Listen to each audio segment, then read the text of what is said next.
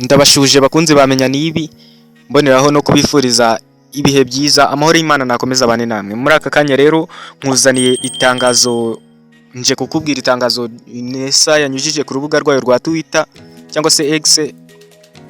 Ni itangazo rivuga riti amakuru yose muri kubona, amatangazo yose muri kubona ngo amanota azasohoka iki gihe n'iki, sibyo, ni amakuru y'ibihuha. Ngira ngo murabibona muri iyo foto.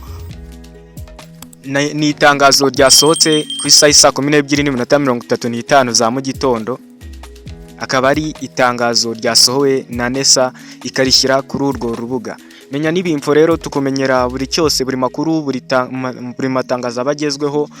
Twanyarukiye rero ku rubuga rwa Twitter turi gukora ubushakashatsi tubonaho iryo tangazo, niyo mpamvu tuje kuribabwira aka kanya. Twanze kubyihererana, turagira ngo mukomeze mutuze, mukande subscribe kuri Menya nibi. Itariki ya nyayo amanota azasohokeraho tuzayibabwira, turahababereye.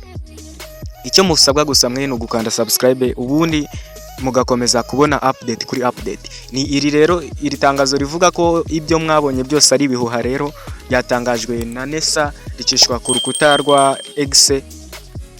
Abashaka kujya kurisoma neza cyangwa se kurireba, muranyarukira kuri Twitter musacinge Nesa Rwanda, ubundi itangazo murahita muribona.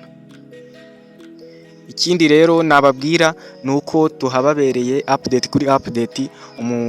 Umuntu ukeneye kuzamenya itariki, umuntu ukeneye kureba kumenya uko yareba amanota, ushaka kwitegura kare, yanyarukira kuri uno muyoboro wacu. Twabakoreye video ibereka uburyo bwo kureba amanota. Turabiseguraho kandi nanone ku makuru twari twarabagejejeho.